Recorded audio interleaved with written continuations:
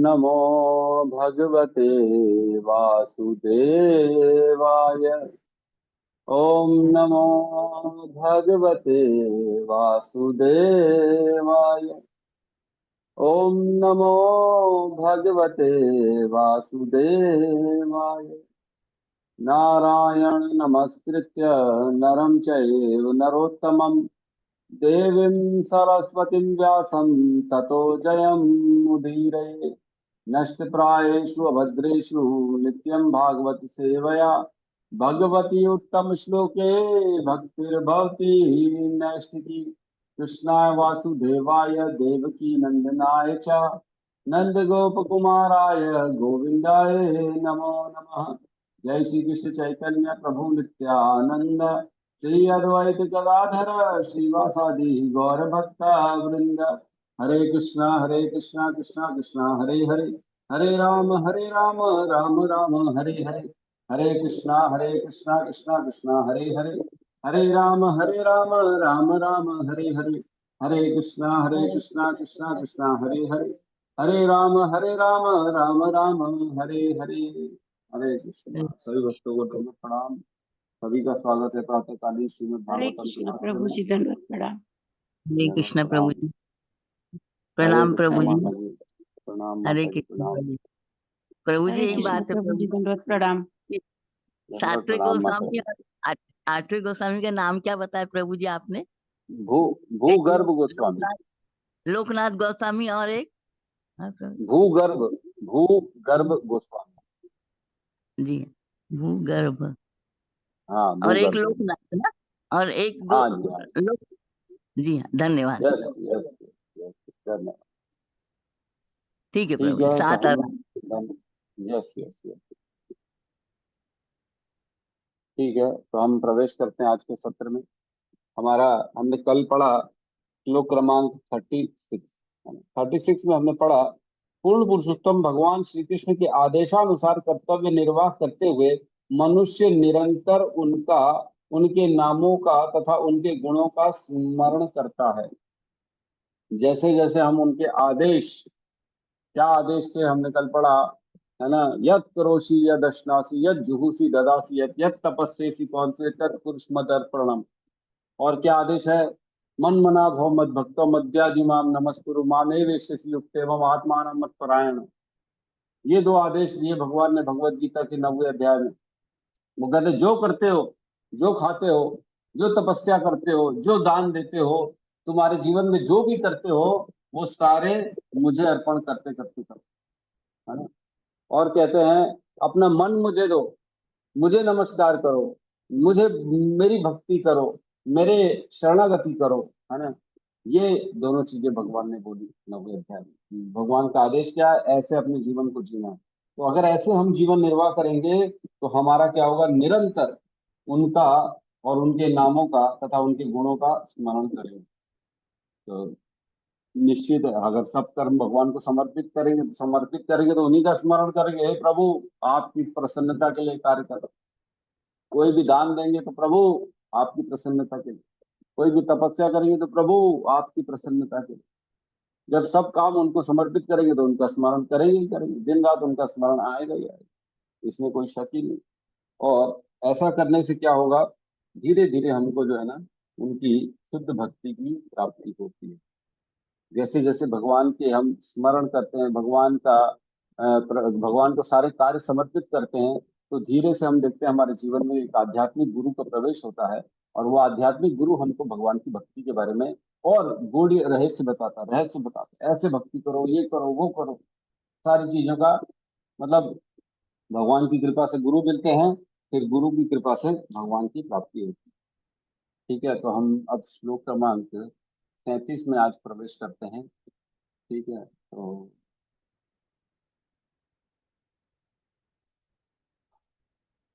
Share करता हूँ मैं।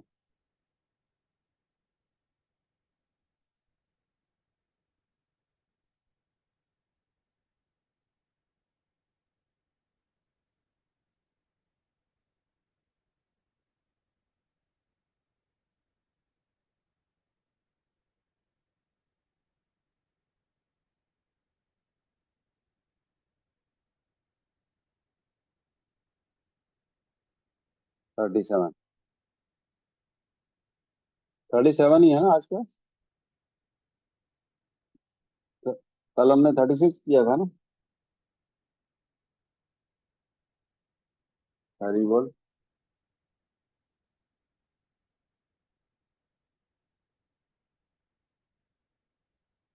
हरे कृष्णा।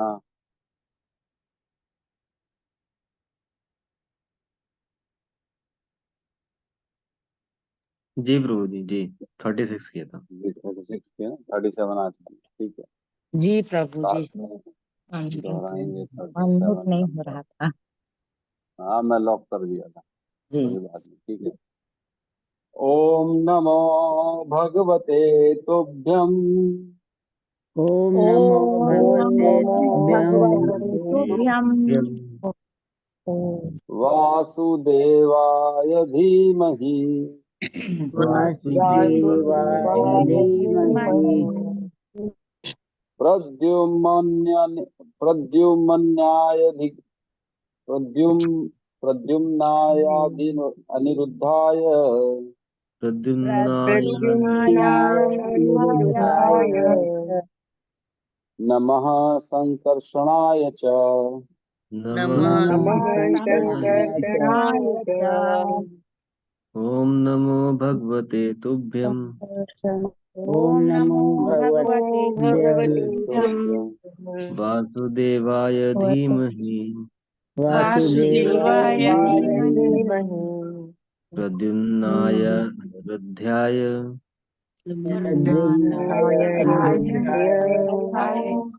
नमः संकर्षणाय च। नमः हरे कृष्ण। ओम नमो भगवते तुभ्यम। ओम नमो भगवते तुभ्यम वासुदेवाय धीमहि वासुदेवाय धीमहि प्रद्युम्न अनिरुद्धाय नमः। प्रद्युम्नाय नमः नमः संकर्षणाय च। नमः संकर्षणाय च। हरे कृष्णा। और कोई बोलना ओम नमो भगवते ओम नमो भगवते तुभ्यम वासुदेवाय धीमहि वासुदेवाय प्रद्युम्नाय अनिरुद्धाय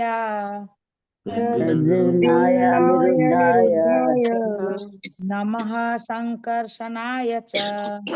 नमः संकर्षणाय हरे कृष्ण। अनुवाद। ओम भगवते आइए पढ़िए ओम पढ़िए, नमो कौन बोलना है? भगवते तुभ्यम ओम नमो भगवते तुभ्यम वासुदेवाय धीमहि वासुदेवाय धीमहि प्रद्युम्ना अनिरुद्धाय नमः प्रद्युम्नाय अनिरुद्धाय नमः। नमः संकर्षणाय च। नमः संकर्षणाय हरे कृष्ण प्रभु। इसमें अनुवाद। आइए हम सब भगवान श्री वासुदेव तथा उनके पूर्ण अंश प्रद्युम्न, अनिरुद्ध तथा संकर्षण सहित उनकी महिमा का कीर्तन करें। ओम नमो ओम अज्ञानतिमिरन्धस्य ज्ञानाञ्जन शलाकया चक्षुरुन्मीलितं येन तस्मै श्री गुरुवे नमः। श्री चैतन्य मनोभीष्टं स्थापितं येन भूतले स्वयं रूपः कदा मह्यं ददाति स्वपदान्तिकं। वन्देऽहं श्रीगुरु श्रीयुतपदकमलं श्रीगुरून् वैष्णवांश्च श्रीरूपं सागरजातं सहजन रघुनाथान्वितं तं सजीवं साद्वैतं सावधूतं परिजनसहितं कृष्ण चैतन्य देवं श्री राधा कृष्ण पादान् सहगण ललिता श्री विशाखान्वितांश्च। हे कृष्णा करुणा सिंधु दीनबंधु जगतपते गोपेश गोपिका कांता राधा कांत नमस्तुते। तप्त कांचन गौरांगी राधे वृंदावनेश्वरी वृषभानुसुते देवी प्रणमामि हरिप्रिय। वाञ्छाकल्पतरुभ्यश्च कृपा सिन्धुभ्य एव च पतितानां पावनेभ्यो वैष्णवेभ्यो नमो नमः। नमो विष्णुपादाय कृष्णपृष्ठाय भूतले श्रीमते भक्ति वेदांत स्वामी की नामे नामस्तस्यै सरस्वते देवे गौरवाणी प्रचारिणे निर्विशेष शून्यवादी पाश्चात्य देशतारिणे। जय श्री कृष्ण चैतन्य प्रभु नित्यानंद श्री अद्वैत गदाधर श्रीवासादि गौर भक्त वृंद। हरे कृष्णा कृष्णा कृष्णा हरे हरे, हरे राम राम राम हरे हरे। हरे कृष्ण। हरे। तो हम अभी 37 नंबर श्लोक में हैं। 37 नंबर श्लोक बहुत ही इम्पोर्टेंट है और हम इसकी इम्पोर्टेंस को समझते हैं। यहाँ पे नारद जी वेद व्यास जी को कह रहे हैं, है ना। नारद जी वेद व्यास जी को कह रहे हैं कि आइए हम सब भगवान श्री वासुदेव तथा उनके पूर्ण अंश प्रद्युम्न, अनिरुद्ध तथा संकर्षण सहित उनकी महिमा का कीर्तन करें। तो इसका लिंक पिछले श्लोक से हम समझ सकते हैं। पिछले श्लोक में बताया कि जैसे ही हम भगवान के लिए सारे कार्य करते हैं उनके आदेशानुसार, तो उनका नाम, उनकी महिमा, उनके गुणों का स्मरण होना चालू करेगा। हमारे को भक्ति मिलना चालू हो जाती है। हमको बताया था हमारे जीवन में गुरु आएंगे, आध्यात्मिक गुरु, जो हमको भक्ति सिखाएंगे। तो इनके जीवन में भी गुरु आए, हमारे वेदव्यास जी के भी, और उनको भी उन्होंने भक्ति सिखाई। गुरु का यही कर्तव्य है कि किस प्रकार अपने शिष्य को मैं भगवान की ओर नजदीक लेके जाऊं, भगवान का दिव्य लीलाओं महिमाओं का वर्णन करें, ताकि उनका श्रवण करने से और भगवान के प्रति प्रेम बढ़ता चला जाए। Day by day day by day day by day, जैसे जैसे ज्यादा सुनेंगे उतना उतना प्रेम बढ़ता चला जाएगा। तो यहाँ पे बता रहे हैं कि किस प्रकार हमको भगवान का सबसे पहले जो है ना, मतलब सरेंडर की भावना, भगवान को किस प्रकार हमको आराधना करनी है ना। सबसे पहले क्या करें, ओम नमो भगवते तुभ्यम। सबसे पहले नमस्कार उनके प्रति शरणागति कैसे करनी, ओम नमो भगवते तुभ्यम। तो ओम यहाँ पे भगवान की नाम के लिए कहा गया। श्री भगवान की दिव्य महिमा के कीर्तन क्या प्रतीक है ओम। तो ओम के लिए बहुत लोग कंफ्यूज होते हैं कि ओम, लोग कई सोचते हैं शिव जी के लिए है ओम, ओम तो देवी के लिए है, ओम यज्ञों के लिए है, ओम तो किसी दान के लिए है, जो भी है संकल्प के लिए है ओम। तो ओम एक्चुअल में भगवान का प्रतीक है। किसका प्रतीक है, कृष्ण का प्रतीक है ना। ओम में कंफ्यूज नहीं होना है। हमने भगवत गीता में भी पढ़ा है, भगवान ने 10वें अध्याय में भी कहा है कि मैं ओमकार हूँ, अक्षरों में मैं एक कार ओमकार हूँ, है ना। 10.32-33 ऐसा एक श्लोक आता है, उसमें बताते हैं। और एक श्लोक आता है 8.13, है ना। इसमें कहते हैं ओम इति इत्यक्षरम ब्रह्म व्यवहारन, ओम इति ब्रह्मन अक्षरम व्याहरन माम अनुस्मरन यह प्रयाति त्यजन देहम स याति परमाम गति। तो इसमें क्या है, इस योगाभ्यास में स्थित होकर तथा अक्षरों के परम संयोग यानी ओंकार का उच्चारण करते हुए यदि कोई भगवान का चिंतन करता है और अपने शरीर को का त्याग करता है, तो वह निश्चित रूप से आध्यात्मिक लोगों को जाता है। तो इसका क्या हुआ, लोगों ने मिसकंसेप्ट उठा लिया। ओम तो बोलते हैं लेकिन भगवान का स्मरण नहीं करते। मतलब आप एकदम सूक्ष्म चीज को समझिए, बहुत बारीक ज्ञान है ये। अगर हम जो है रामू बोलेंगे, राम का नाम लेंगे, है ना, राम, और स्मरण करेंगे अपने घर में माली का, रामू काका का, है ना। राम बोल रहे हैं और स्मरण कर रहे हैं रामू काका का, तो ये भगवान का स्मरण तो नहीं। नाम अपनी महिमा जरूर दिखाएगा, लेकिन इसके बेस पे भगवत भक्ति, भगवत प्राप्ति नहीं हो पाएगी। लेकिन अगर हम भगवान का नाम भी लें और भगवान को स्मरण भी करें, तब जाके उसकी पूर्ण रूप से उसका वैल्यू मिलती है। उसी प्रकार अगर हम ओम बोलें और कृष्ण का स्मरण ना करें, किसी और देवी देवताओं का स्मरण करें, तो ओम का जो है हमारे को फल पूर्ण रूप से नहीं मिलेगा। समझ में आ रहा है। ओम भगवान का ही शब्द है, भगवान के लिए ही नियोजित किया जाता है ओम को। और अगर ओम बोलते बोलते ये हमको मालूम हो कि हम ओम बोल किसके लिए, वो ओम होता क्या, अगर यही नहीं मालूम होगा तो भटक जाएंगे। जैसे अ, एक ही नाम है, सपोज करो कोई एक खाने की डिश है ना, ठीक है, खाने की डिश है, मारवाड़ियों में क्या सांगरी खाते हैं, है ना, हम लोग तो खाते नहीं।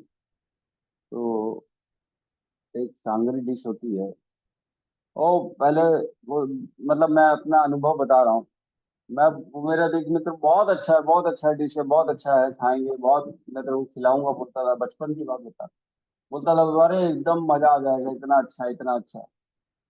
तो मेरे को लगता था शायद बहुत अच्छा है, बहुत अच्छा है, तो मेरे को भी लगता था वाह एक दिन खाने को मिलेगा। तो एक दिन खाने को मिला मेरे को, लेकिन मेरे को इतना अच्छा नहीं लगा। तो कहने का मतलब है, एक ही चीज है, उसकी अनुभूति दो लोगों को अलग अलग होती है। एक ही वस्तु है, लेकिन उसकी अनुभूति एक को बहुत ही अच्छी है और एक को बिल्कुल नहीं। उसी प्रकार ओम है, ओम की अनुभूति भी कोई कृष्ण के लिए कर सकता है, कोई कृष्ण के लिए नहीं कर सकता। कोई देवी देवताओं के लिए करेगा, कोई किसी और चीज के लिए करेगा। कहने का मतलब है, हमको ये मालूम होना चाहिए कि हम किसके लिए बोल रहे हैं ओम। यहाँ कह रहे हैं ओम नमो भगवते तुभ्यम, अब उनको नमस्कार कर रहे हैं, किसको, भगवते तुभ्यम, मतलब भगवान को। किसको, भगवान कौन है यहाँ पे, कह रहे हैं वासुदेवाय धीमहि। वासुदेव कौन है, जो वसुदेव और देवकी के पुत्र है उनको वासुदेव कहते हैं, कृष्ण को। धीमहि मीन्स मेरी बुद्धि आप में लगी रही, मैंने अपने बुद्धि से अपने चिंतन करके आपको नमस्कार कर रहा हूँ, प्रणाम कर रहा हूँ, धीमहि, उच्चारण कर रहा हूँ मैं आपका नाम का। और क्या करे, प्रद्युम्न, प्रद्युम्न, प्रद्युम्न कौन है, श्री कृष्ण के पुत्र हैं प्रद्युम्न। और अनिरुद्ध कौन है, वो प्रद्युम्न के पुत्र हैं अनिरुद्ध। तथा संकर्षण, प्रद्युम्न अनिरुद्धाय नमः, संकर्षणाय च, इनको भी नमस्कार कर रहे हैं, और संकर्षण को भी नमस्कार कर रहे हैं। संकर्षण कौन है, संकर्षण जो है वो बलराम जी का स्वरूप है। संकर्षण वो है जो इस पूरे ब्रह्मांड को अपने मस्तक में धारण किए हुए हैं। संकर्षण जो है ना, जो वासुकी के बड़े भाई हैं संकर्षण, तो वो है संकर्षण, जिन्होंने इस पूरी पृथ्वी को अपने मस्तक में एक राई के दाने के हिसाब से धारण किया। तो और वो भगवान के नाम का अनंत काल से, अनंत जन्मों से नाम का गुणगान कर रहे कर रहे कर रहे, और बंद ही नहीं हो पा रहा है उनका गुणगान, इतना चल रहा है उनका। तो इन सब को मैं नमस्कार करता हूँ। तो यहाँ इन सबको क्यों कर रहे हैं, क्योंकि ये सारे के सारे भगवान से अभिन्न हैं। भगवान के ये सारे स्वरूप हैं, भगवान का एक्सपेंशन है। कृष्ण अपना एक्सपेंशन सबसे पहला एक्सपेंशन करते बलराम के रूप में, है ना। फिर उसके बाद बलराम से फिर चार एक्सपेंशन होते हैं उनके, एक वासुदेव, एक प्रद्युम्न, एक अनिरुद्ध और एक संकर्षण, है ना। वासुदेव, फिर संकर्षण बोलना चाहिए हमको, वासुदेव, संकर्षण, प्रद्युम्न, अनिरुद्ध, ये चार एक्सपेंशन होते हैं भगवान के। इसको बोलते हैं प्रभाव विलास। ये गोलोक में होता है ना, गोलोक में एक्सपेंशन होता है। उसके बाद एक और एक्सपेंशन होता है जो कि संकर्षण से होता है भगवान का। संकर्षण से फिर बनते हैं नारायण, एक और एक्सपेंशन होता है नारायण। फिर नारायण से फिर से चतुर्युग एक्सपेंशन होता है दोबारा से। तो जो पहले वाला एक्सपेंशन है और दूसरे वाला एक्सपेंशन है, इसमें अंतर है। दोबारा एक्सपेंशन होता है फिर से वासुदेव, संकर्षण, प्रद्युम्न, अनिरुद्ध।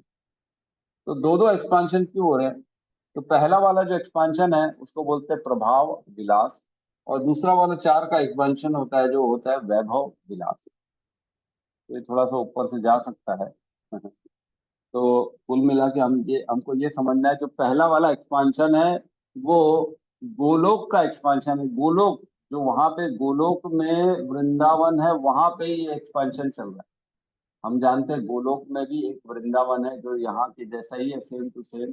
वहां पे भगवान कृष्ण है, उनकी सारी लीलाएं वहां पे भी चल रही है। तो भगवान वहां पे वासुदेव के नाम से वहां पे भी है, वहां पे भी अनिरुद्ध है, वहां पे भी संकर्षण है, वहां पे भी प्रद्युम्न है। तो वहां वाले जो है वो पहला एक्सपांशन जो होता है उसको बोलते हैं प्रभाव विलास। फिर दोबारा जो वैकुंठ में जिनके पास सबके अपना अपना जो है ना एक अलग अलग लोक है, अपना अपना वैकुंठ है, उनका एक्सपांशन जो होता है वो होता है फिर से वासुदेव, संकर्षण, प्रद्युम्न और अनिरुद्ध। फिर उसके बाद और एक्सपेंशन होते हैं भगवान के, युग अवतार, लीला अवतार, इस तरह के अलग अलग अवतार होते हैं, गुणावतार, है ना, पुरुष अवतार, ये सारे भगवान के उसके बाद होते हैं।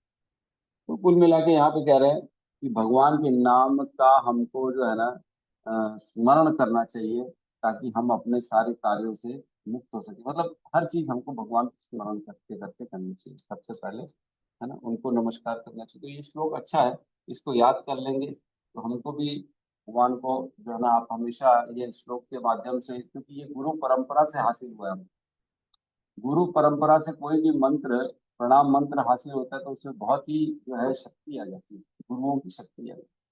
तो ये स्वयं श्लोक भगवान नारद जी ने वेदव्यास जी को कहा है। तो हमको भी इसका अगर उच्चारण रहेंगे तो हमको भी इसमें पूर्ण रूप से भगवान की भक्ति प्राप्त। तो एक कथा आती है रामानुजाचार्य। रामानुजाचार्य ने अपने गुरु के प्रति शरणागति करी और उनके गुरु उनको मंत्र नहीं दे रहे थे, गुरु मंत्र बहुत समय तक घुमाया, बहुत समय, बहुत काल तक। लेकिन फिर फाइनली रामानुजाचार्य ने जब नहीं छोड़ा तब उनको फिर उन्होंने आखिर में मंत्र दिया कान में, बोले ओम नमो नारायणाय। बोले इस मंत्र को तुम अकेले में जपना और किसी को बताना नहीं, ये मंत्र तुमको गोलोक वृंदावन धाम मिल जाएगा, ये मंत्र से भगवान की प्राप्ति हुई। तो रामानुजाचार्य बोले बस इतना सा मंत्र? बोले हाँ इतना सा मंत्र है, इससे भगवान की प्राप्ति हो जाएगी। तो रामानुजाचार्य बोले तो सबको क्यों नहीं देते हम?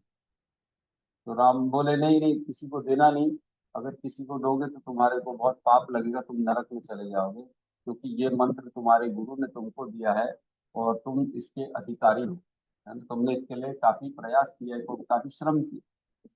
तो रामानुजाचार्य क्या किया, उन्होंने गांव में जाके ऊपर चढ़ के ढिंडोरा पीट दिया और बोले सबको ये मंत्र बांट दिया, बोले बोलो सब, सब बोलो और इसको बोल बोल के भगवान की प्राप्ति करो, जन्म मृत्यु के चक्र से छुटकारा पाओ, मुक्ति पाओ। तब उनके गुरु उनको बुला के बोले ये तुमने क्या किया? मैंने मना किया था फिर भी तुमने दे दिया, अब तुम नरक जाओगे। तो रामानुजाचार्य ने बोला मैं नरक भी जाने के लिए तैयार हूँ, लेकिन कम से कम लोगों का उद्धार तो हो जाए, सारे लोग कम से कम भगवान की प्राप्ति कर ले तो मैं उसी में प्रसन्न हूँ, और मैं खुद नरक चले जाऊंगा, मेरे को कोई तकलीफ नहीं। तो ऐसा सुन के रामानुजाचार्य के गुरु उन पर बड़े प्रसन्न हुए। क्यों? क्योंकि वो दूसरों पे वैष्णव सेवा करने के लिए लगे हुए थे। वैष्णव का काम क्या है? जीव जीव दया, दूसरों पे दया दिखाते। तो सबका उद्धार किया रामानुजाचार्य ने, इसलिए उनके गुरु उन पर बहुत प्रसन्न। तो इस प्रकार यहाँ पे नारद जी कह रहे हैं कि ये मंत्र का उच्चारण करें। भगवान की जो एक्सपेंशन है, संकर्षण, प्रद्युम्न, अनिरुद्ध, ये एक्चुअल में प्रद्युम्न कृष्ण के पुत्र है जो कि रुक्मणी से उत्पन्न होते। प्रद्युम्न की एक छोटी सी कथा आती है। प्रद्युम्न जो थे वो जब पैदा हुए तब एक शंभरासुर था, एक शंभरासुर असुर था। उसको पता था कि मेरे वध का कारण या ना मुझे मेरा मृत्यु जो है प्रद्युम्न के हाथ ही होगी। तो उसने क्या किया, जैसे प्रद्युम्न पैदा हुए तो उसने चोरी कर लिया प्रद्युम्न को और समंदर में फेंक दिया। तो जैसे समंदर में बच्चे को, छोटे से शिशु को फेंक दिया, उसको एक मछली ने खा लिया। और जब मछली ने खा लिया तो एक मछुआ उसको पकड़ के बाहर निकाल लिया। समय में मछुआरा के हाथ में वो मछली आ गई और उन्होंने निकाला। तो जैसे ही मछुआरे ने मछली काटने के लिए बेचने के लिए काटना किया तो उसने देखा उसके उधर से एक शिशु निकला है जो कि प्रद्युम्न है और वो जीवित है। तो उसने, वह शिशु एक कन्या थी, कन्या मतलब एक दासी थी, उसका नाम था मायावती। और वो दासी कौन थी? वो दासी कहाँ काम करती थी? वो उसी शंबरासुर के महल में काम करती थी, उसी क्या दासी। इत्तेफाक से ये प्रद्युम्न वहीं पहुंच गए उसी दासी के पास। फिर उसी दासी ने उनको पाला पोसा, बड़ा किया। प्रद्युम्न एक्चुअली बहुत जल्दी बड़े हो गए, ये तो सब लीलाएं चल रही। प्रद्युम्न बहुत जल्दी बड़े हो गए। फिर उस जो दासी थी उसने उनको पति के रूप में देखना चालू कर दिया। उसी ने पाला, उसी ने फिर बड़े हुए, तो फिर उनको ऐसा लगा कि ये मेरे पति है। तो प्रद्युम्न ने बोला ये तो आप मेरे को जो है इस भाव से नहीं देखें। बोले नहीं, मेरा भाव ठीक है, क्योंकि हम पिछले जन्म में पति पत्नी ही थे, है ना। तब उनको ये भास हुआ कि नहीं, पिछले जन्म में हम पति पत्नी थे, वो कंदर्प थे पिछले जीवन में, और ये उनकी पत्नी थी, इसलिए फिर उनका जो है ये भाव भी स्वीकार कर लिया गया और दोनों का विवाह हो गया। और फिर बाद में प्रद्युम्न ने उसको शंबासुर का वध कर दिया। तो इस प्रकार की कथा आती है प्रद्युम्न के बारे में। और अनिरुद्ध जो है वो प्रद्युम्न के भी पुत्र हैं, अनिरुद्ध। तो अनिरुद्ध जो है वो एक्चुअल में क्षीरोदक्षाई विष्णु जो है उनके उनके स्वरूप है। मतलब क्षीरोदक्षाई विष्णु अनिरुद्ध से उत्पन्न होते हैं, और गर्भोदक्षाई विष्णु उत्पन्न होते हैं अपना प्रद्युम्न से, है ना। और महाविष्णु उत्पन्न होते हैं संकर्षण से। संकर्षण कौन है? बलराम से। तो ये सब थोड़े से गहरे हैं चीजें, जो अगर आपको जानना है तो जान कर सकते हैं, नहीं भी जाने तो कोई प्रॉब्लम नहीं। मेरा कर्तव्य था बताना, तो मैंने बता दिया। तो बेसिकली ये श्लोक यहाँ पे क्यों बताया जा रहा है? क्योंकि 5-6 प्रश्न पूछे गए थे किससे? सूत गोस्वामी से शौनक आदि ऋषियों ने, है? शौनक आदि ऋषियों से पूछे गए थे 6 प्रश्न, जिसमें से एक प्रश्न था कि शास्त्रों का सार बतलाए, है ना। 1.1.11 में उनसे पूछता है कि हे प्रभु, हमको शास्त्रों का सार बताओ। तो ये वही श्लोक है कि शास्त्रों का सार क्या है कि केवल कृष्ण और उनके स्व अंशों के प्रति शरणागति, उनको नमस्कार करना और उनके प्रति सारे कार्यों को समर्पित करना, यही कुल मिला के शास्त्रों का सार। ठीक है। तो इसमें नारद पंचरात्र का वर्णन है कि नारद पंचरात्र के अनुसार भगवान श्री नारायण ईश्वर के समस्त विस्तारों के आदि कारण हैं। ये विस्तार है श्री वासुदेव, संकर्षण, प्रद्युम्न तथा अनिरुद्ध। श्री वासुदेव तथा संकर्षण मध्य में बाएं दाएं आसीन है, प्रद्युम्न संकर्षण के दाएं हैं और अनिरुद्ध वासुदेव की बाईं ओर आसीन है। इस प्रकार ये चारों विग्रह आसीन रहते हैं। ये चारों भगवान श्री कृष्ण के चतुर्व्यूह के रूप में जाने जाते हैं। ठीक है। तो हम आगे बढ़ते हैं, नहीं तो अगला श्लोक भी नहीं हो पाएगा मेरा। ठीक है, हम प्रवेश करते हैं अगले श्लोक में।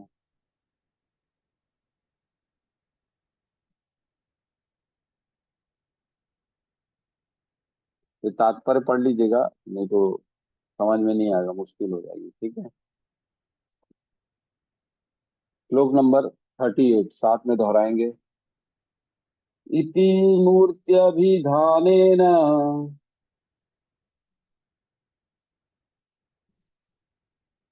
अरे वो नहीं हो रहा क्या? अनम्यूट नहीं हो रहा क्या?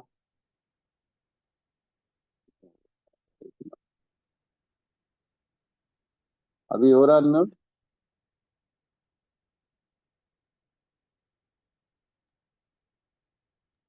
नहीं दिख रहा है प्रभु हो जी। गया, हो गया प्रभु जी। अभी अनम्यूट होगा।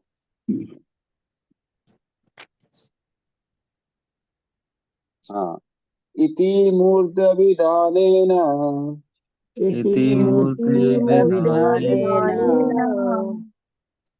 मंत्रमूर्तिं मूर्तिकम् मन्त्रमूर्तिमूर्तिकम् यजे यजते यज्ञ पुरुषं स यजते यज्ञपुरुषं सम्यक् दर्शनः पुमान्। सम्यक् दर्शनः दर्शनः पुमान्। इति मूर्त्यभिधानेन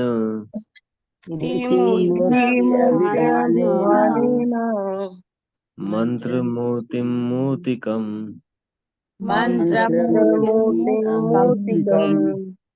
यजते यज्ञे पुरुषं स यजते यज्ञपुरुषं सम्यग् दर्शनः पुमान्। सम्यक् दर्शनः पुमान्।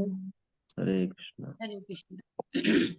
इति मूर्ध्याभिधानेन इति मूर्त्यभिधानेन मन्त्रमूर्तिममूर्तिकम् मन्त्रमूर्तिमूर्तिकम् यजते यज्ञ पुरुषं सा यजते यज्ञपुरुषं स सम्यक् दर्शना पुमान्। सम्यक् दर्शनं पुमान्। हरे कृष्ण।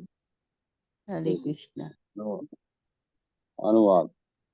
इस प्रकार वास्तविक दृष्टा वही है जो दिव्य मंत्र मूर्ति पूर्ण पुरुषोत्तम भगवान श्री विष्णु की पूजा करता है, जिनका कोई भौतिक रूप नहीं होता। तो इसमें कह रहे हैं इस श्लोक में कि इस प्रकार इति मूर्त्याभिधानेन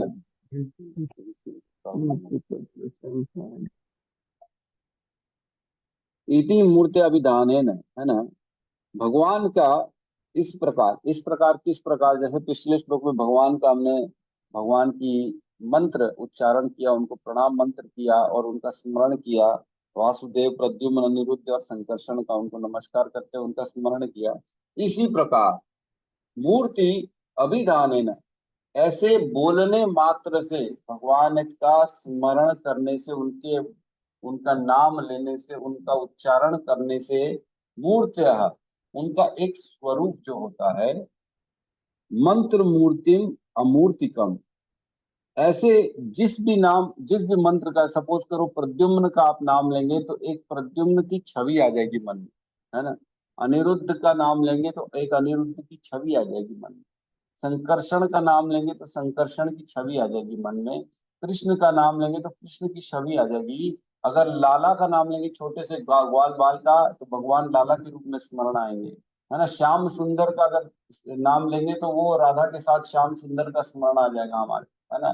द्वारकाधीश का नाम लेंगे तो ऐसा स्मरण आएगा कि एक राजा है पूरी द्वारका के, है ना। इस प्रकार जिस भी नाम का स्मरण करेंगे, हमारे को उसका स्वरूप एक हमारे मन में उत्पन्न हो जाता है।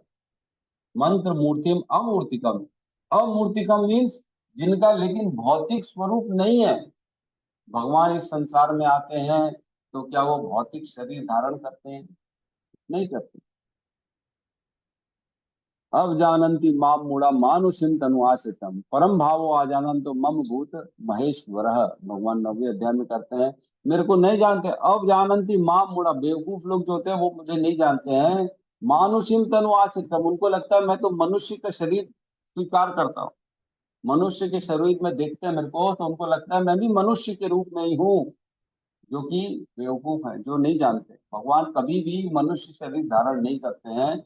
हम जैसा भौतिक पंच तत्वों का शरीर धारण नहीं करते हैं, उनका शरीर हमेशा दिव्य रहता है, उनका कोई भौतिक स्वरूप नहीं होता, है ना। अमूर्तिकम, क्या कह रहे हैं, यजते यज्ञ पुरुषम स, जो इस प्रकार परम पुरुष भगवान की उनकी पूजा करता है, सम्यक दर्शन पुनः, वह भगवान को पूर्ण रूप से देखने में योग्य बन जाता है। वह उनका, जैसे हम देखो एक चीज समझिए, जैसे भगवान का हम जो भी हरे कृष्ण का नाम का स्मरण करें, तो हरे मीन्स राधा रानी, कृष्ण मीन्स भगवान कृष्ण, फिर हरे राम राम राम हरे हरे, हरे मीन्स सीता मैया और राम तो राम ही है, आप जानते। तो हम जो नाम लेते हैं तो स्मरण भी हम उनका करते हैं। जो भगवान के मंत्र, जैसे नमः पंकज नाभाय, नमः पंकज मालिने, नमः पंकज नेत्राय, नमस्ते पंकज आंग्री, सपोज करो ये श्लोक कोई बोलेगा तो क्या स्मरण करेगा, नमः पंकज नाभाय, ऐसे व्यक्ति का स्मरण करेगा जिसकी कमल की तरह नाभि है ना। कौन है वो? कृष्ण। कृष्ण की नाभि कमल के समान है, जिसमें से ब्रह्मा जी उत्पन्न हो। नमः पंकज नाभाय, नमः पंकज मालिने। और ऐसे भगवान जो माला, जिनकी माला गले में माला है एकदम कमल के जैसे लगते हैं, वो नमः पंकज मालिने, नमः पंकज नेत्राय, जिनके नेत्र कमल की पंखड़ी के समान है, उनको नमस्कार करते हैं। और क्या कहते हैं, नमस्ते पंकज आंग्री, जिनके चरण चिन्ह, जिनके चरणों में चरण भी कमल के समान कोमल है, ऐसे भगवान का मैं नमस्कार करता हूँ। तो जो जो बोलेंगे वही वही स्मरण आएगा कि नहीं आएगा। पंकज नाभाया बोले तो भगवान की नाभि का स्मरण आया। पंकज आंग्रिय बोले तो भगवान के चरणों का स्मरण आया, है ना। पंकज नेत्राया बोले तो भगवान के नेत्र का स्मरण आ गया। तो जो हम बोलते हैं उसका स्मरण हमारे हृदय में हो जाता है कि नहीं। कई लोग गंदे चुटकुले बोलते हैं और उसको स्मरण करते हैं। भगवान कहते ध्यायते विषय पुंसांग संगस्ते उपजायते संजात संजायते कामा कामात क्रोध अभिजायते। जिस जिसका हम ध्यान करेंगे, चिंतन करेंगे, वह चीज के प्रति धीरे धीरे धीरे धीरे हमारा अटैचमेंट बढ़ता है। क्यों? क्योंकि हम वहां पे उसी का स्मरण कर रहे हैं। ये माता जी का प्रश्न है, प्रभु हरि नाम में राम को राम जी ही मानना है क्या या कृष्ण? देखो माता जी, एक चीज समझिए, आप अब उन्नत लेवल में पहुंच गए और राम और कृष्ण में कोई भेद है क्या? कोई भेद नहीं, दोनों एक ही है। राम कृष्ण में भेद नहीं, दोनों एक। एक के नयन चपल हैं, एक के क्या है, एक ऐसा श्लोक आता है। कहने का मतलब दोनों एक ही है। जिसको मालूम नहीं है, एक नहीं है, उनके लिए मैं बता रहा हूँ। जो ये नहीं जानता है कि सब कुछ भगवान कृष्ण से उद्भूत हुआ है, उनके लिए है कि वो राम के समय राम को स्मरण कर सकते हैं और सीता के समय सीता को स्मरण कर सकते हैं। और उनको ये नहीं मालूम है कि सीता जी कहाँ से आई, राधा रानी का तो एक्सपेंशन है, तो वो लोग उनको स्मरण करेंगे। तो जिसकी जहां तक नॉलेज है, जिसकी जहां तक जो है दृष्टि जा सकती, वो वही स्मरण करेंगे। क्या कहते हैं, प्रभु की मूरत देखी जस, एक आता है ना, किसी को याद है क्या वो श्लोक, रामचरितमानस का? प्रभु की जिसने जैसा स्मरण किया उसने वैसा प्रभु की मूरत देखी। एक श्लोक आता है, चौपाई आता है उसमें, ठीक है, मैं भूल रहा हूँ वो चौपाई। तो जो जैसा स्मरण करेगा, हाँ आप कृष्ण मान सकते प्रभु हो, कोई प्रभु प्रॉब्लम। मूरत देखी तिन तैसी। जाकी रही भावना जैसी, प्रभु मूरत देखी तिन हाँ जैसी। हाँ बिल्कुल सही। जाकी रही भावना जैसी, प्रभु की मूरत देखी तन तैसी, ऐसा ही है प्रभु ना? मूरत देखी तिन जैसी। मूरत दिन प्रभु तैसी। जी मूरत प्रभु। देखी तन तैसी, ऐसा। जाकी रही भावना जैसी, प्रभु मूरत देखी तन तैसी, है ना? प्रभु सूरत देखी तिन तैसी, ठीक है, प्रभु सूरत देखी तिन तैसी, जाकी रही भावना जैसी। तो जैसी भावना रहेगी वैसे ही भगवान की सूरत दिखेगी, भगवान का स्वरूप वैसा ही प्रकट होगा हमारे अंदर, है ना? तो अगर कृष्ण को बाल गोपाल के रूप में स्मरण करेंगे तो बाल गोपाल का स्मरण होगा। कृष्ण को अगर द्वारकाधीश एकदम राजा के रूप में स्मरण करेंगे तो भगवान का दर्शन भी वैसे ही होगा। तो वही कह रहे हैं यहाँ पे कि जो हम जैसा स्मरण करते हैं, भगवान उसी रूप में हमारे पास आते हैं। ठीक है, तो एक्चुअल में एक ना इसमें कथा, छोटा सा मैं एक स्टोरी सुना रहा हूँ। एक बार एक बांग्लादेश के व्यक्ति थे, तपन मिश्र के बारे में चैतन्य चरितमृत में आता है ये वर्णन।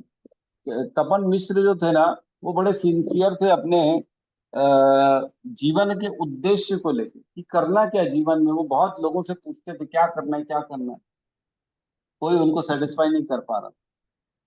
तो वो एक बार सो रहे थे तो उनके सपने में एक देवता आए, और उस समय बांग्लादेश में चैतन्य महाप्रभु गए हुए थे उन्हीं के स्थान पे। तो उनके पास देवता है, बोले हे तपन, तुम चैतन्य महाप्रभु के पास जाओ और वह तुम्हारा जो संशय है, डाउट है, वो क्लियर करेंगे कि जीवन में करना क्या है, किस प्रकार हमको किसका उच्चारण करना है, किसका स्मरण करना है, कौन से मंत्रों का उच्चारण करना है। साध्य और साधन के बारे में वो बड़े कंफ्यूज थे कि क्या साध्य होना चाहिए और क्या साधन होना चाहिए। साध्य मीन्स टारगेट और साधन means process, activities to achieve that target, है ना? साध्य है जैसे हमारा चैंटिंग है, साधन जो है भगवान की प्राप्ति। नहीं, साध्य भगवत प्राप्ति है और साधन चैंटिंग, ऐसा। ठीक है, तो यहाँ पे फिर तपन मिश्र गए चैतन्य महाप्रभु के पास। उन्होंने उनसे दंडवत प्रणाम किया, उनसे पूछा अपने विषयों के बारे में, भगवान की प्राप्ति के बारे में। तब चैतन्य महाप्रभु ने उनको सारा ज्ञान दिया कि जो है हमको भगवान कृष्ण का ही स्मरण करना चाहिए और कृष्ण के कौन से स्वरूप का, श्याम सुंदर स्वरूप का स्मरण करना चाहिए और उनके नाम का उच्चारण करना चाहिए, ताकि नाम का उच्चारण करने से उनके नाम गुण रूप लीला का स्मरण होता रहे। और जैसे हम उनके नाम गुण रूप लीला का स्मरण करते रहेंगे तो स्वयं भगवान की प्राप्ति उसी रूप में होगी हमारी। तो ये क्लियर किया था वहां पे। तो हमको यहाँ पे मंत्र मूर्ति जितना जितना भगवान के नामों का उच्चारण करेंगे उतना उतना भगवान हमारे पास जल्दी मिलते जाएंगे। तो सबसे सबसे ज्यादा प्रभावशाली भगवत प्राप्ति में कौन सा साधन है? सबसे ज्यादा प्रभावशाली क्या चैंटिंग है, क्या भगवान की विग्रह सेवा है, क्या रीडिंग है, क्या हियरिंग है, क्या प्रसाद है? कौन बताना चाहेगा, बताइए सबसे ज्यादा पावरफुल क्या है सभी में से? हरि हरि कीर्तन नाम, प्रभु जी। हरि नाम लेना हरि प्रभु नाम, जी, हरि नाम। हरि क्योंकि नाम तो हरि ठीक हो नाम गया। हरि नाम मतलब क्या चैंटिंग अपना? जी। जो हम माला जपा करते हैं वो? सेवा प्रभु जी सेवा। ठीक है माता जी, मयूरी माता जी सेवा करें। आनंदायनी माता जी आपने बताया नहीं, चैंटिंग जी अकेली वाली? जी प्रभु जी। चैंटिंग आपने कहा, जपा जपा हम जो करते हैं वो सबसे ज्यादा प्रभावशाली है। जी प्रभु का नाम लेना, प्रभु माने भगवान का नाम तो भगवान से अभिन्न नहीं है, इसलिए भगवान का किसी प्रकार से नाम नहीं, लेना भगवान का वैसे। नाम ठीक है। एक होता है चैंटिंग और एक होता है संकीर्तन, जो हम सभी भक्तों के साथ में करते हैं। संकीर्तन जोर जोर से उच्चारण करते हैं, और एक ये होता है भगवान का महामंत्र नाम। प्रभु जी, महामंत्र महामंत्र। तो हरे कृष्ण। महामंत्र तो दोनों में करते हैं ना, घर में अकेले भी करते हैं और बाहर बैठ के बढ़िया 10 लोगों के साथ भी करते हैं। हाँ, सेवा है प्रभु जी सेवा, भक्ति सेवा। प्रभु जी वो क्वेश्चन रिपीट संकीर्तन करिएगा। प्रभु जी, संकीर्तन। संकीर्तन, हाँ यस सत्यम प्रभु, कहिए क्या कह रहे हैं? प्रभु जी वो क्वेश्चन रिपीट करिएगा एक बार। मैंने कहा हम इतने सारे हमारे पास, देखो साध्य और साधन। साधन क्या है? भगवान प्राप्ति के लिए हम जो जो कार्य करते हैं, विग्रह सेवा करते हैं, भगवान का नाम जप करते हैं, चैंटिंग करते हैं, प्रसाद पाते हैं, और बुक रीडिंग करते हैं, हियरिंग करते हैं, संकीर्तन में जाते हैं। ये सारे साधन है, अलग अलग साधन है भगवान की प्राप्ति को लेने के। तो साध्य क्या है? भगवान की प्राप्ति। उनके लिए साधन ये सारे हैं।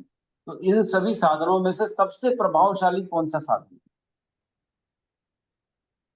प्रभु जी मुझे लगता है कि प्रसाद साधन है, क्योंकि शिष्ट। मतलब मुझे ऐसा लगता है कि जैसे कोई भी ऐसे आना नहीं चाहता, लेकिन एक कहते हैं ना कि एक प्रसाद का अगर थोड़ा सा लालच हो जाता है तो फिर लोग आते हैं, मतलब तो इस तरह से करके वो अपने आप जप और गुरु की फिर धीरे धीरे महानता को समझता है, धीरे धीरे करके। मतलब मुझे ठीक है तो यही सत्यम लगता है अपना। प्रभु जी, क्योंकि मैं भी इसी तरह से आया हूँ, तो मुझे ऐसा फील हुआ। सत्यम प्रभु का कहना है कि प्रसाद सबसे ज्यादा प्रभावशाली है। श्रवण सबसे ज्यादा जरूरी है। राधिका माता जी कह रहे हैं लिसनिंग, हियरिंग। हियरिंग बहुत ज्यादा जरूरी। और हमारी सावित्री माता जी का कहना है कि संकीर्तन सबसे ज्यादा प्रभावशाली है। आनंदायनी माता जी का कहना है कि चैंटिंग सबसे ज्यादा प्रभावशाली है। हरि नाम संकीर्तन, जूही माता जी का भी कहना है हरि नाम संकीर्तन बहुत ज्यादा प्रभावशाली है। ठीक है, सबने अच्छा अच्छा सेवा अपना भी है प्रभु जी रखा है। सेवा। क्या कह रही माता जी? श्रवण और सेवा प्रभु जी। श्रवण और सेवा, मयूरी माता जी का कहना है वो सबसे ज्यादा प्रभावशाली है। तो देखो, जो मत है हमारे आचार्यों का, वो मत है कि सबसे ज्यादा प्रभावशाली है संकीर्तन। जितना हम भक्तों के संग में रह के भगवान के नाम का जोर जोर से उच्चारण करते हैं ना, उच्चारण और श्रवण ये दोनों करते हैं हम संकीर्तन में। हम संकीर्तन में जैसे अटेंड करते हैं, 10 लोग हैं, जोर जोर से भगवान का हरे कृष्णा करेंगे, और उतना सुनेंगे भी, फिर हम हमारे को दोबारा बोलना भी है। तो ये जो संकीर्तन का प्रभाव है ना, सबसे ज्यादा प्रभावशाली, सबसे ज्यादा। जितना बाकी जगह से जल्दी भगवत प्राप्ति नहीं होगी, लेकिन हरिनाम संकीर्तन से भगवत प्राप्ति बड़ी जल्दी है। तो चैंटिंग करना का बहुत ज्यादा महत्व है। चैंटिंग जैसे अकेले में भी करते हैं तो बोलते यही है कि थोड़ा सा हल्का सा उपांशु जप करना चाहिए। उपांशु मतलब थोड़ा सा बोले और उसको सुने, मन में कभी भी जप नहीं करना चाहिए। अगर मन में चैंटिंग कर रहे हैं तो ये एक्चुअल में हमारी स्थिति नहीं है मन में करने की। हमको थोड़ा सा बोलना चाहिए और सुने, ताकि हमको सुनाई दे। भले पड़ोस में बाजू वाले को ना सुनाई दे, लेकिन हल्का सा ऐसा बोले कि हमको सुनाई दे, तो उसका प्रभाव ठीक है। वो चैंटिंग सबसे बेस्ट चैंटिंग। ठीक है, तो यहाँ पे कह रहे हैं कि भगवान जो भौतिक इंद्रिय तत्व, हमारी वर्तमान इंद्रियां भौतिक तत्वों से बनी हैं, अतः वे भगवान श्री विष्णु के दिव्य रूप को ठीक से अनुभूति नहीं कर पाती, क्योंकि हम जानते हैं हमारी इंद्रियां काफी जो है ना लिमिटेड हैं। इतनी जल्दी हम, मैंने बताया था आईसी है ना, इल्यूजन में रहती है, चीटिंग प्रोपेंसिटी रहती है, अपूर्ण है, और क्या क्या है जो आपको सब मालूम है। याद है किसी को आईसी?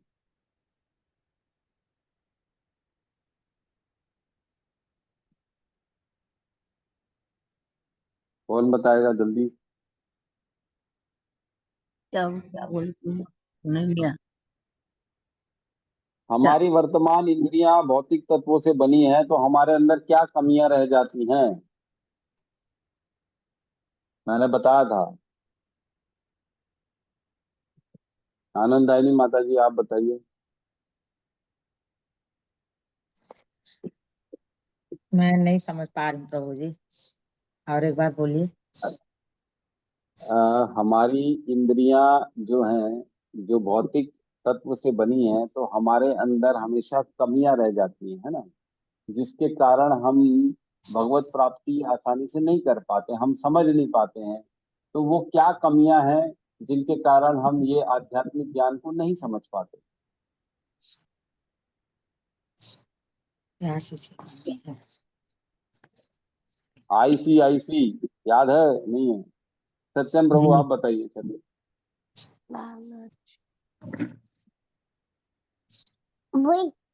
इल्यूजन। आपका म्यूट है प्रभु जी, म्यूट अनम्यूट करिए। Okay okay. अभी आवाज आ रही है प्रभु जी? हाँ, आ रही है। प्रभु जी, इल्यूजन, कमिटिंग मिस्टेक्स, हम्म, हम्म, चीटिंग प्रोफिशिएंसी और हम्म, इम्परफेक्ट सेंसेज। बिल्कुल सही कहा प्रभु जी ने। ये मैंने 4 चीजें बताई थी जो हमारे अंदर कमियां हैं। इल्यूजन में रहते हैं, भ्रम में रहते हैं हम हमेशा। और चीटिंग प्रोपेंसिटी, हमेशा कहीं ना कहीं चीटिंग की एक हमारे अंदर चीट करने की रहती है, प्रवृत्ति रहती है। और इम्परफेक्ट सेंसेस, हमारी इंद्रियां पूर्ण नहीं हैं। और चौथा क्या बताया था प्रभु जी आपने? चीटिंग प्रोपेंसिटी और कमिटिंग मिस्टेक, कमिटिंग गलतियां मिस्टेक। होती हैं। हम मनुष्य हैं, बोलते हैं ना, मनुष्य कहीं ना कहीं कुछ ना कुछ गलती करता ही है। तो ये 4 कमियां हमारे में हमेशा रहती है, जिसके कारण हम भगवान के ज्ञान को नहीं प्राप्त कर पाते हैं। तो उसको ध्यान रखिएगा। आईसी है ना। अतः वे भगवान की, श्री विष्णु के दिव्य रूप को ठीक से अनुभूति नहीं कर पाती। हम इसीलिए भगवान को नहीं जान पाते, क्योंकि हमारे अंदर ये 4 कमियां हैं। और ये 4 कमियां पूर्ण कैसे होती है? जैसे जैसे हम शास्त्र की शरण में जाते हैं, हम अपने ऊपर नहीं लेते हैं, हम जो शास्त्र में वेद व्यास जी ने बताया हम उसको मानते हैं, तब जाके हम भगवान की अनुभूति, भगवान के ज्ञान को समझ पाते हैं। अतः उनकी पूजा कीर्तन की दिव्य विधि के माध्यम से ध्वनि में की जाती है। जो वस्तु हमारी अपूर्ण इंद्रियों के क्षेत्र से बाहर है, उसे ध्वनि स्वरूप द्वारा भली भांति अनुभव किया जा सकता है। यदि कोई दूर खड़ा व्यक्ति ध्वनि उत्पन्न करे, तो उसका यथार्थ अनुभव किया जा सकता है। कोई दूर से बोलता है तो हम सुन पाते हैं कि नहीं कर पाते? आज मैं अपने घर से बोल रहा हूँ, आपने आपके आपके घरों में मेरी आवाज आ रही थी? क्या मैं आपके घर में उपस्थित हूँ? नहीं। लेकिन मेरी आवाज आ रही है आप तक? आ रही है। तो इस ध्वनि के माध्यम से आप भगवान का अनुभव कर सकते हो। मैं जो बोल रहा हूँ भगवान वासुदेव, तो आप वासुदेव का स्मरण कर पा रहे हो कि नहीं कर पा रहे? प्रद्युम्न का अनुभव कर पा रहे हो कि नहीं कर पा रहे?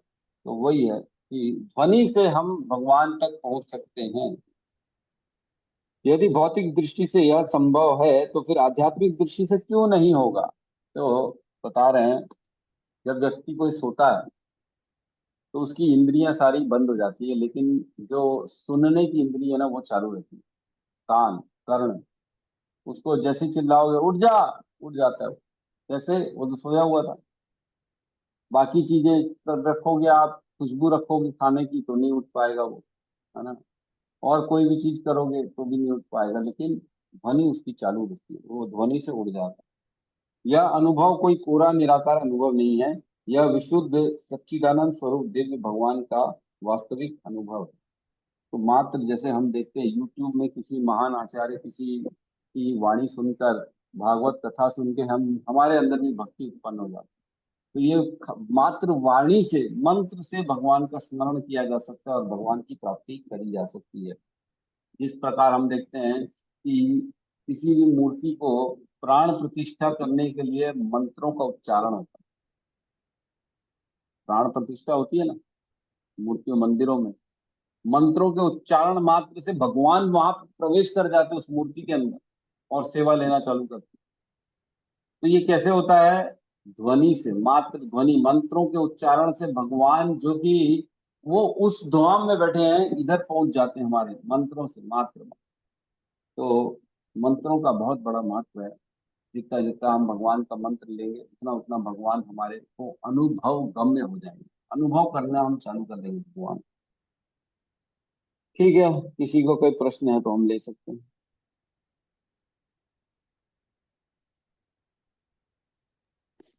हरे कृष्ण प्रभु जी, धन्यवाद पड़ा। धन्यवाद प्रणाम। प्रभु जी वो संकर्षण, आप भगवान संकर्षण आपने क्षीरोदक साई बताए क्या? नहीं, संकर्षण महाविष्णु।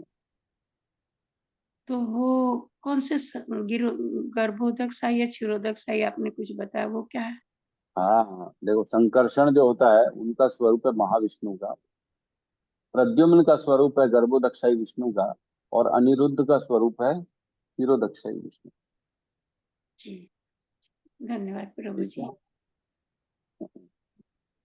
ये तो क्या है, जितना गहरा चले जाएंगे, जाते जाएंगे, उतना गहरा ज्ञान है इसमें। और मतलब प्रभु मैं जी वही एक और पूछ रही हूँ मैंने पक्का नहीं है, मुझे सुना है ऐसा यूट्यूब के द्वारा, वो प्रद्युम्न जी क्या सचमुच में कामदेव और वो जदासी थी, वो रति थी, रति का अवतार था क्या?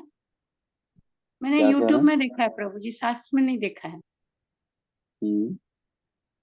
क्या चीज, क्या प्रश्न है? प्रभु जी वो प्रद्युम्न जो थे कामदेव के रूप में आए थे क्या? और जो हाँ, दासी थी नहीं वो रति के रूप में थी, जिसको अपना दासी पति का तो नहीं मानती है मालूम मेरे प्रद्युम्न को। को। दासी जो उषा वो नाम थी। मायावती थी। नहीं, हाँ जी उषा तो प्रभु। अनिरुद्ध की पत्नी है। अच्छा आप अच्छा गलत अच्छा। सोच रहे वो हो। प्रद्युम्न याद के नहीं है प्रभु। पुत्र है अनिरुद्ध, उनकी पत्नी है उषा। अच्छा जी प्रभु, हाँ याद नहीं है प्रभु जी, यूट्यूब कभी कभी यूट्यूब देख लेते थे पहले। हाँ हाँ, अरे ठीक कह रहे हो। और कामदेव भी इन्हीं के स्वरूप है, कामदेव भी इन्हीं के स्वरूप में ही है। तो ये बेसिकली देखो, हमने पढ़ा सारे जो एक्सपेंशन होते हैं इस संसार में विष्णु के द्वारा होते हैं, विष्णु के थ्रू आते हैं। हमने पहले भी चर्चा करी थी तीसरे अध्याय में कि फैक्ट्री के अंदर अगर मालिक आएगा तो वो मैनेजर के साथ आता है। तो वैसे ही विष्णु जी के थ्रू सारे एक्सपेंशन इस संसार में प्रकट होते हैं। और विष्णु स्वयं जो है ना, वो भगवान के इन प्रद्युम्न और अनिरुद्ध के स्वरूप हैं। मैंने बताया संकर्षण के स्वरूप, संकर्षण का एक्सपेंशन हो गया महाविष्णु, प्रद्युम्न का एक्सपेंशन हो गया गर्भोदक्षाई विष्णु, अनिरुद्ध का एक्सपेंशन हो गया क्षीरोदक्षाई विष्णु के रूप। जी प्रभु जी, धन्यवाद ठीक प्रभु है, जी। धन्यवाद। ठीक है, तो हम यहाँ पे क्लास को क्लोज करते हैं। सब मिलके हरे कृष्ण महामंत्र का जाप कर लेते हैं। हरे हरे कृष्ण कृष्णा कृष्ण कृष्ण हरे हरे, हरे कृष्णा राम राम राम हरे हरे।